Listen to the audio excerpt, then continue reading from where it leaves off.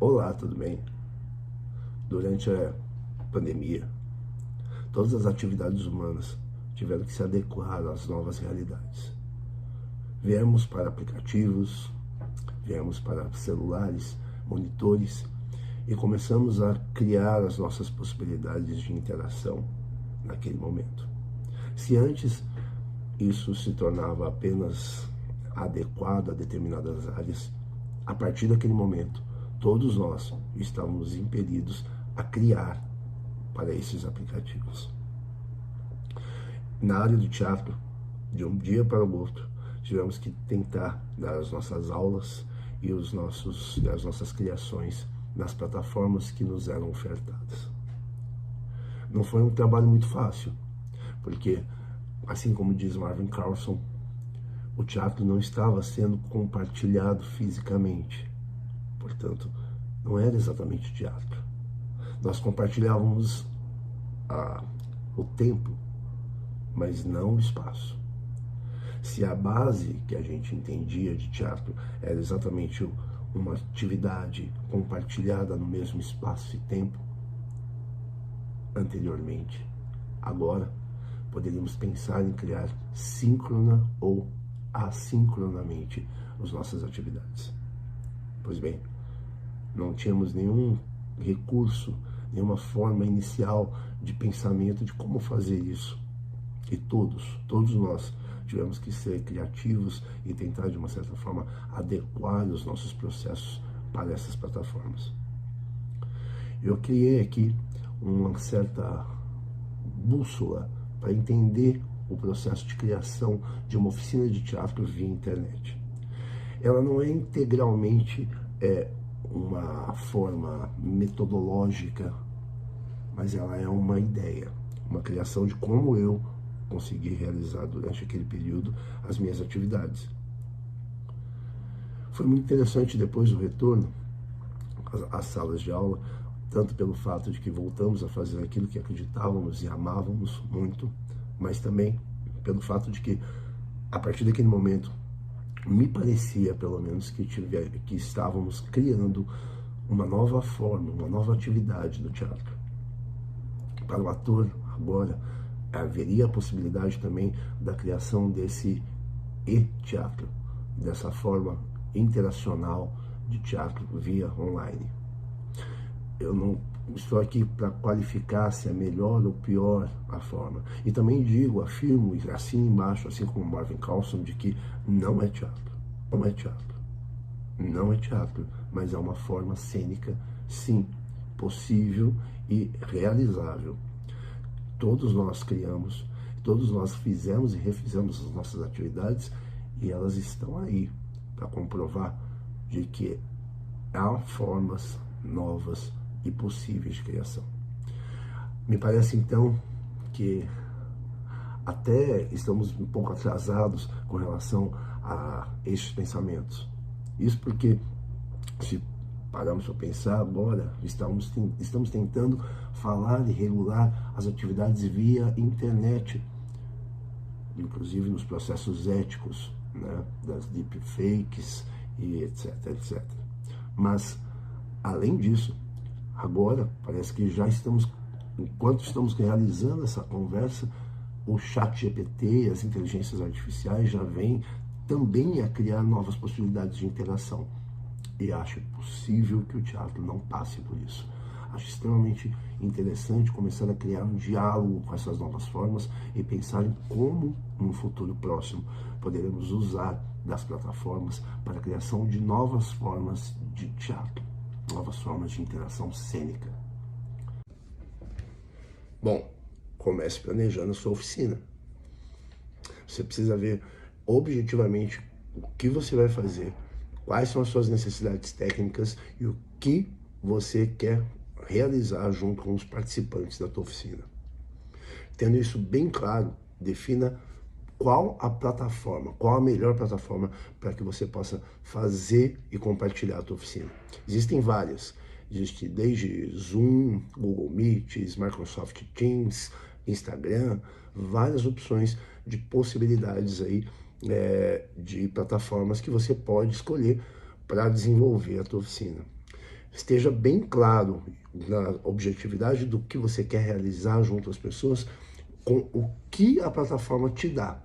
Porque cada plataforma tem sua especialidade, assim como número de participantes, interação entre janelas, quadros brancos, quadros de lembretes, máscaras que são possíveis de serem aplicadas em desenvolvimento junto aos atores daquele momento. Perceba claramente aquilo que você quer realizar. Qual é a forma adequada para atender aquilo que você está pensando em realizar junto ao seu público. Pense sempre que existe um processo de adaptação ao ambiente online. Tá? O importante é ter em mente que o ambiente online é diferente do ambiente presencial. Existem algumas coisas que tem que ficar muito claras para você, como, por exemplo, o tempo de tela. Ninguém aguenta ficar muito tempo ligado a uma tela, pensando e desenvolvendo determinadas atividades. Então, o tempo de tela é muito importante para que você possa observar como chegar ao teu participante, tá? As instruções têm que estar bem claras. Forneça instruções claras e detalhadas sobre as atividades e exercícios da oficina.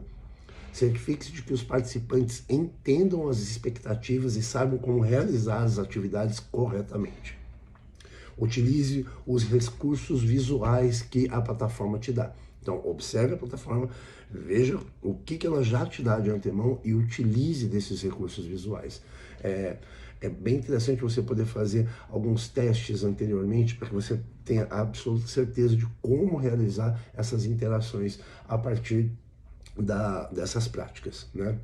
Faça feedbacks constantes. Então, toda vez que você observar alguma coisa que o teu participante está desenvolvendo, que seja interessante, fale sobre aquilo e tente linkar junto com aquilo que você está buscando desenvolver naquela oficina, naquele dia, tá? Tem uma variedade de recursos também. Use vídeos, imagens, apresentações de slides, áudios, para tornar mais dinâmico e mais interessante esse tempo compartilhado aqui nas telas. Lembre-se sempre, existe uma atividade que é síncrona, que você vai desenvolver junto, no mesmo período que os seus participantes, e existem algumas atividades que você grava anteriormente, que são assíncronas. Então, para essas atividades assíncronas, tenha preparado os vídeos e as formas e os áudios que você acha que são interessantes para tornar mais dinâmico o tempo de tela aqui, tá? As avaliações e os feedbacks são sempre muito importantes, tá? Para que o participante saiba exatamente o que ele está realizando, para onde ele está chegando e se está conseguindo chegar em alguma forma naquele momento, tá? As avaliações formativas sempre são muito positivas.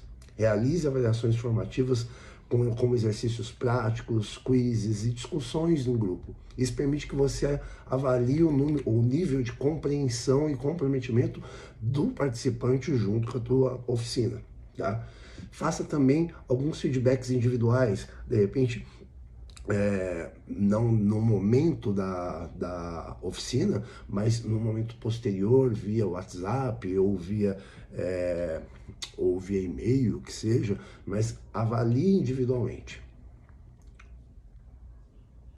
Bom, também realize avaliações somativas. Ao final das oficinas, sempre faça uma avaliação do progresso dos participantes dentro da tua proposta, para que eles tenham um entendimento gradativo de cada um dos encontros que você vai realizar. E aí eles consigam ver o desenvolvimento deles pela tua proposta, tá? Também é importante, antes da gente falar sobre alguns exercícios, pensar sobre algumas considerações éticas relacionadas ao ambiente virtual. Ao realizar uma oficina teatral online, as questões éticas como a privacidade dos participantes e o uso adequado de recursos protegidos por direitos autorais tem que estar muito claro, tá? Certifique-se de obter o consentimento de todos os participantes para a gravação, se você for desenvolver uma gravação a respeito da tua oficina, tá? Ou o uso de imagem das performances e dos materiais desenvolvidos e utilizados durante o encontro. Mesmo quando você vai utilizar, de repente, alguma música como uma base de criação para os alunos, certifique-se dos direitos autorais relativos a ele, porque na internet, além de tudo, tudo fica muito exposto, tudo fica muito relacionado, tudo fica muito aberto. Então todo mundo consegue observar e ver a todo momento. Então tenha clareza a respeito das questões éticas desenvolvidas e pensadas para o ambiente online também. Tá? Mesmo quando você vai utilizar uma foto, de repente uma performance que você fez, mas que tem algum outro participante, algum outro ator que esteja junto com você, certifique-se de que ele lhe dê o direito de uso de imagem para que você possa utilizar naquele momento da oficina, tá bom?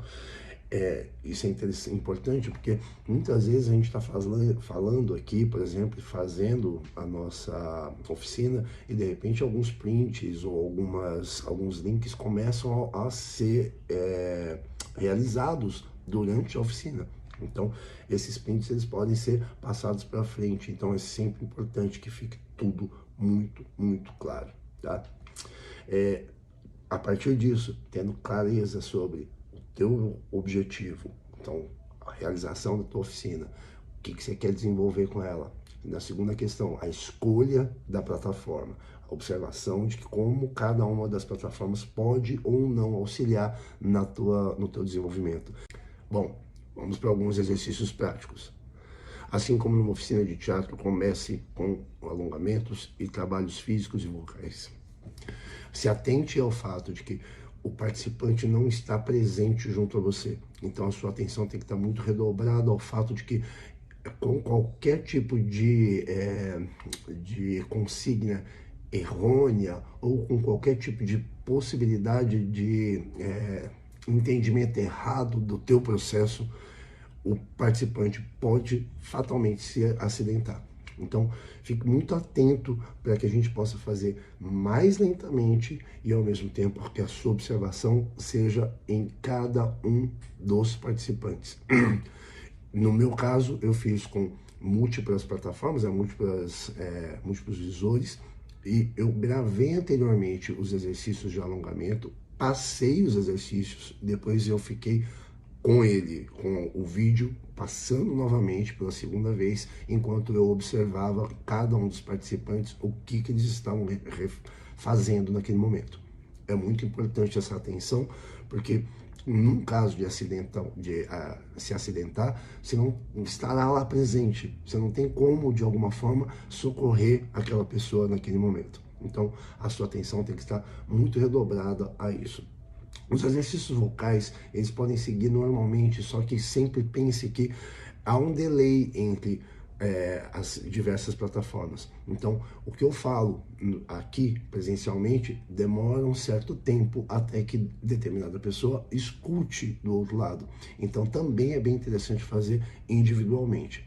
Eu fiz de forma individual os exercícios de aquecimento vocal e os exercícios práticos de respiração eu fiz coletivamente síncrono. Então, fiz ao mesmo tempo. Então, as respirações eu fazia conjuntamente, os exercícios de alongamento eu gravei um vídeo anterior e fiquei atento a cada um dos participantes para que eles pudessem ver 2 vezes o vídeo e, ao mesmo tempo, olhar para cada um deles como eles estavam desenvolvendo aquele momento, tá? Isso é extremamente importante também. O jogo das diferentes emoções. Você deve pedir para que todos os participantes pensem também em um único personagem. Então todos eles devem pensar em uma única pessoa, mais uma vez usando de objetos muito simples e cotidianos que estejam à mão do participante. Depois você conduz através de alguns instrumentais, como por exemplo música, vídeos, áudios, de efeitos. Você vai criando uma atmosfera onde este personagem deve transitar. Então, sei lá, De repente estamos falando de um personagem que está em casa e que tem um conflito de, sei lá, um amor não correspondido, alguma coisa assim. E de repente você pode começar a desenvolver esse personagem através, sei lá, do som da chuva, e aí você pede para que um participante comece a falar a partir das instruções e dos estímulos dados nesse contato do personagem com a chuva. Também alguns dos estímulos podem ser mais textuais, então você pode também utilizar alguns textos, algumas poesias, alguns textos gramáticos mesmo, para colocar na boca dessa pessoa no momento em que ela está atuando. Então ela vai fazendo as ações, e enquanto isso você vai dando os estímulos através desses textos ou dessas poesias. Quanto mais você conseguir colocar estímulos visuais, auditivos, quanto mais os participantes vão interagindo com esses estímulos e criando as emoções do personagem. Mais do que ele dialogar ou falar alguma coisa, ele precisa mostrar as emoções no seu corpo através desses estímulos dados por você. Esteja bem claro de quais são os estímulos que você quer desenvolver para que você saiba até onde conduzir o atuante. Jogo das cenas congeladas. Peça para que todos os participantes criem um único personagem a partir de uma orientação sua. Pense sempre em ter na criação objetos muito simples e muito fáceis, acessíveis a qualquer pessoa dentro de casa, tá? Então, utilize de lençóis, toalhas ou qualquer uma dessas coisas que sejam objetos de uso cotidiano das pessoas, tá? E aí, pense num personagem, peça para que todos eles desliguem as câmeras, e aí cada um dos participantes vai começar uma cena com esse personagem, desenvolver essa cena e parar, congelar. O participante número 2 vai continuar exatamente no momento em que o primeiro tiver parado. Então ele vai desenvolver o personagem na continuidade do que foi apresentado anteriormente pelo primeiro participante. E assim sucessivamente até o final da história. Todos têm que pensar que é uma única personagem, em que essa personagem tem que ter um conflito que deve ser desenvolvido com começo, meio e fim. Há uma possibilidade também de uma adequação desse jogo para os cenários mesmo em que são apresentados. Então, se de repente você tiver com participantes que estão com telefones e coisas fáceis de repente acessar e mudar de lugar, você pode pedir, inclusive, para que todos eles desenvolvam num determinado espaço da casa deles. Então, sei lá, a gente pode fazer um personagem que esteja no banheiro, por exemplo, ou um personagem que se desenvolve inteiramente numa cozinha. Então, começo, meio e fim tem que ser desenvolvido em um local. Essa é uma adequação do Cena Congelada, que também dá em boas performances e em bom desenvolvimento criativo, porque coloca ativamente cada um dos participantes para pensar um conflito de um personagem que tem que ser resolvido durante a realização da cena. Esse tipo de performance faz com que o si mágico, com que a crença do ator no que ele está se desenvolvendo naquele momento seja permanente, mesmo com ele estando em sua casa. Então, ele desenvolve na cozinha, na sala, no banheiro, em qualquer espaço da casa dele, um conflito para um personagem que deve culminar numa história única. O jogo das diferentes emoções. Você deve pedir para que todos os participantes pensem também em um único personagem. Então todos eles devem pensar em uma única pessoa, mais uma vez usando de objetos muito simples e cotidianos que estejam à mão do participante.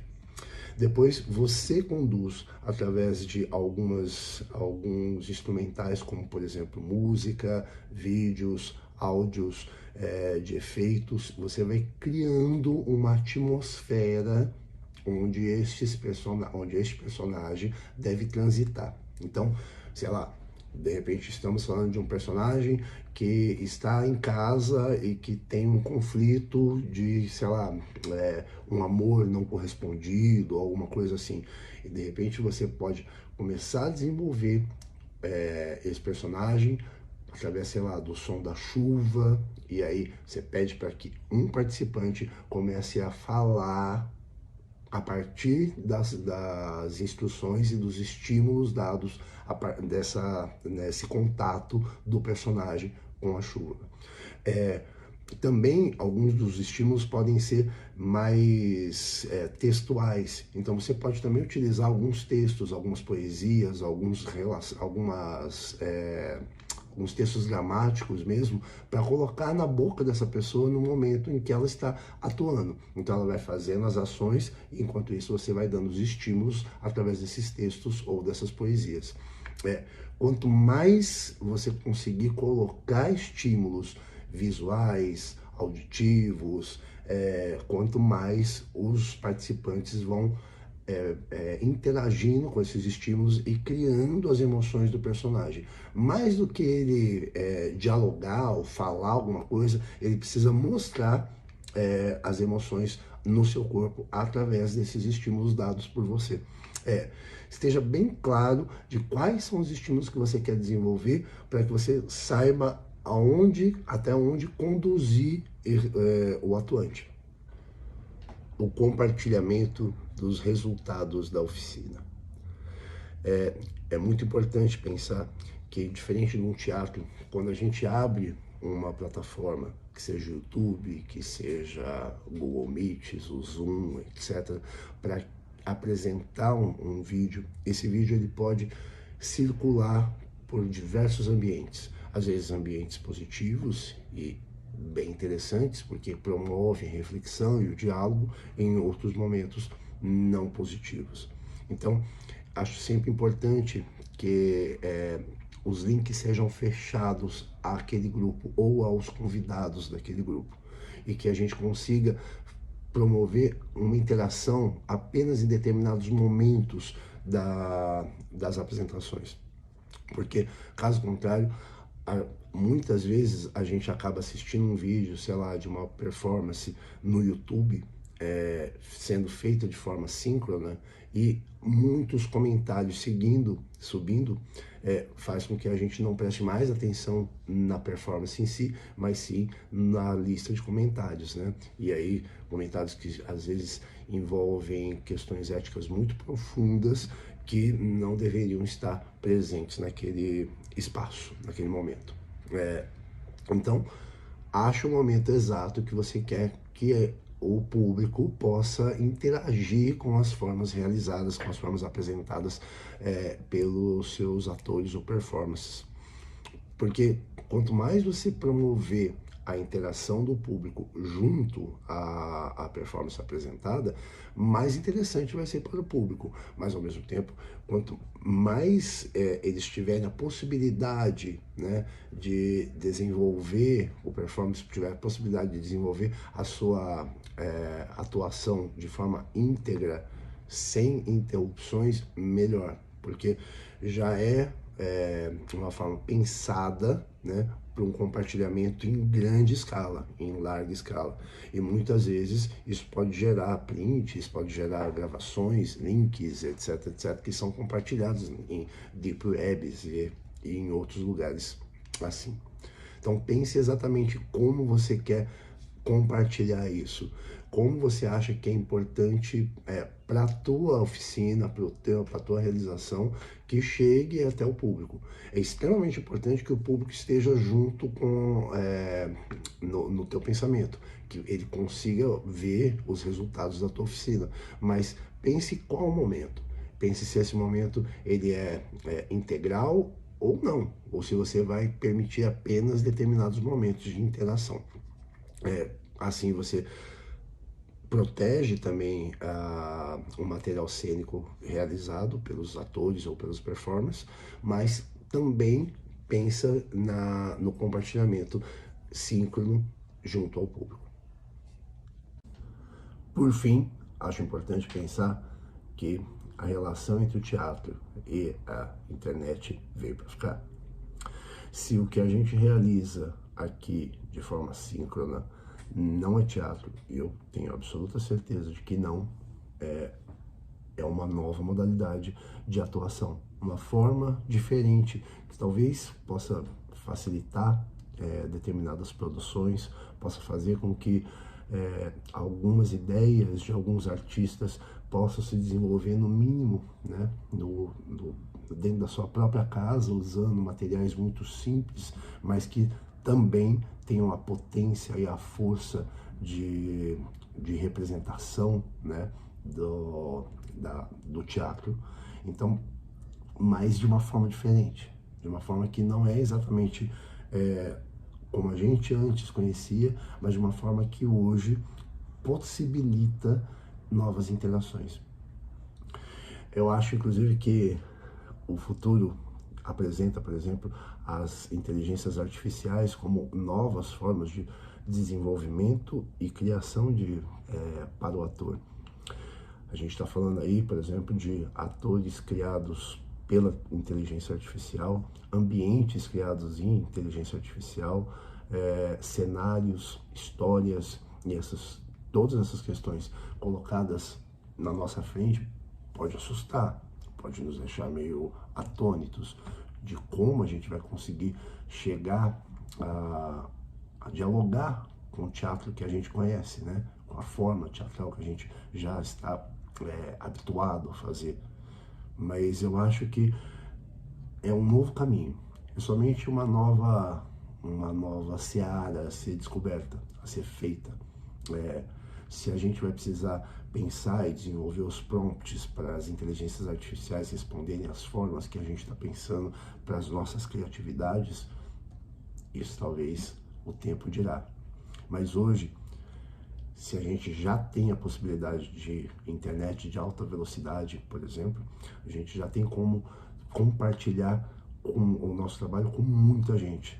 A gente consegue hoje atingir um público numeroso, imenso, através da internet, com performances cada vez mais artesanais, porque eu vejo que a melhor forma de realização das performances teatrais no ambiente virtual são aquelas que não tentam imitar o teatro, que não tentam desenvolver a grandiosidade estética de uma peça apresentada ao vivo, mas sim que pensam no artesão mesmo, pensam no que tem à mão, no mínimo, no pequeno, que consegue fazer e desenvolver uma ideia a partir de pequenos feitos, pequenas ações realizadas dentro de casa. Isso me chama muita atenção.